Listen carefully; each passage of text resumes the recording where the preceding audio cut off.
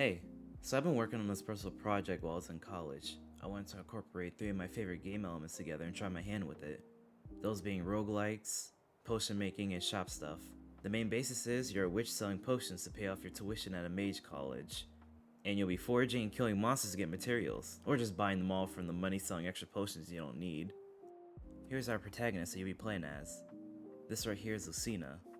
She'll be working to upgrade her alchemist license to a master's. The core game loop is the potion assignments you get, going out to forage and fight for those materials, crafting any potions you found with those materials, then completing the task or selling off any extra potions you make for money. I do plan on adding other stuff in, like foods or other buffs in to help, and you'll be able to take the potions with you to survive the depths when you go foraging.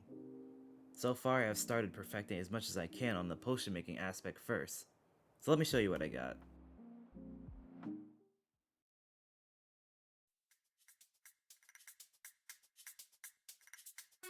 First, your materials will go here and your potions up there.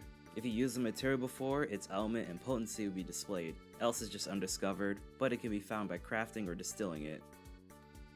Next is the pot. Throw in materials to make custom potion combos. Some don't mix though, but you can just dilute the pot to undo the last material added. It won't change the slot number, mostly just the balance. If you notice the time changing, it's the day and night cycle I put in. It won't change for every potion, that's just for to test it. But each day will go through 6 time slots so you can spend however you want. It's not time limited so you won't feel rushed. The progress bars down here track the potency for each element you put in. Every bigger bar is a tier and the thinner ones are for multipliers.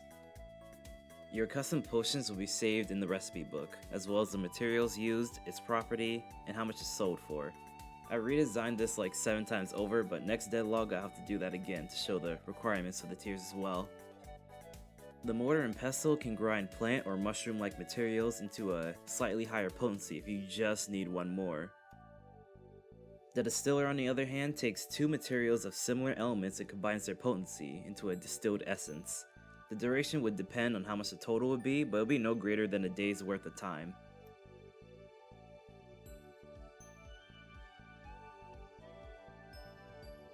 Now the golden reputation, that's mostly for me. It won't be displayed like this in the core game, but it would be interacted with the fulfilled orders. Speaking of the orders you would receive, here's a calendar to track any tasks or orders in the upcoming days. The due date here would track the closest order to your day, and the calendar is just a simple 28-day calendar. It definitely needs an upgrade, but it still technically works. Finally, a save and load system. All the potions and materials used, the time, even if you have something in the distiller cooking in the background, you can save, then reload the scene. Nothing here, load, now we have everything.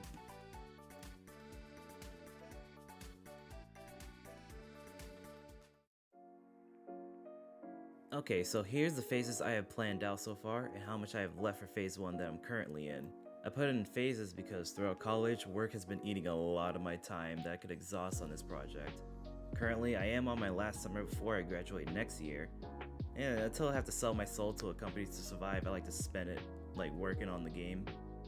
It being in phases is more of a safety net, so if I could no longer afford working on the game, I could just wrap it up at the nearest phase, and it would still be functional.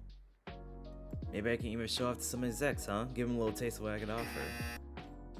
Phase 1 and 2 is the core game. The roguelike aspect, potion making, and shop mechanics should all be there. When I can reach near the end of phase 2, that's when I'll release a playable version for people to enjoy. And then later I could add phases in to flesh it out more. The wording is a little vague, but mostly so I don't plan too much for the future. I don't want to open a Kickstarter or a Patreon yet until I can get the core game down, so maybe in phase 3 if I make it there, the funds could be used exclusively for that. Mostly because it would give me a lot of anxiety to owe a lot of people something I'm not 1000% sure I can deliver on, especially if they put their money and faith within me. But yeah, after phase 2 I will look into early access, because something like a town or story stuff would be important to the game, but I could always sprinkle those kind of tidbits here and there. The main concern would have to be if it's fun or not. No story can cover for that. I think that's all I can show for Devlog 1 so far. Hopefully I'll be consistent enough to maintain this ongoingly. Links down below for my socials, try to find me there and I'll post stuff about work in progress or regular art stuff. And comment here or there and I'll check it out. Alright, now get out of here.